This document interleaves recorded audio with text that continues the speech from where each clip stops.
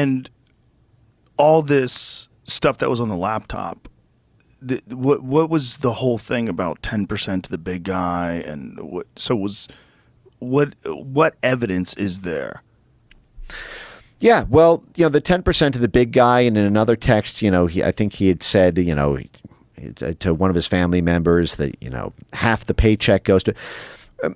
What you have here is almost a tale as old as time since 1948 in terms of this relationship between private sector profit and foreign policy. I mean, I call it foreign policy for personal profit, which is this idea that if you have a senior level job in blobcraft, in defense, diplomacy, or intelligence, you don't make your money as a W-2 employee of the U.S. government. So, for example, Mark Milley, the CIA director only makes about a little over $200,000 a year. I made more as a third-year corporate associate than the Central Intelligence Agency director. You get your money from serving the stakeholders afterwards. Like Mark Milley was, head of the Joint Chiefs of Staff. What's he doing now? He's at J.P. Morgan, doing the macroeconomic forecasting, so that they basically have the insider trading vision of the guy who's tapped into everyone at the Pentagon, so they know what markets are about to open up because where the Pentagon's about to exert its influence. They know whether to invest in natural gas in companies in Germany or Ukraine because they have the head of the Joint Chiefs of Staff as to make phone calls to the people in the Pentagon about what's going to happen to that country in 6 months. Look, you want to see a great example of this? Look up the Donilon brothers. Look up Tom Donilon's BlackRock Investment Institute profile. Tom Donilon is the brother of Mike Donilon. Mike Donilon is the closest advisor to Joe Biden and has been for 40 years.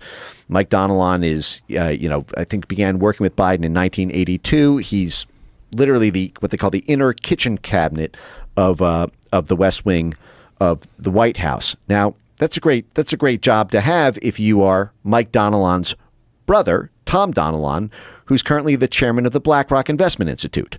So while his brother is the closest advisor to the president of the United States, BlackRock, which has $10 trillion of assets under management and portfolio companies in every industry in every region on Earth, Tom Donilon, in theory, only needs to make a phone call to his brother, Mike Donilon, to know exactly what to invest in because he knows what billions, hundreds of billions of dollars of expenditure of State Department and Pentagon and intelligence work is going to do to the industries in that region.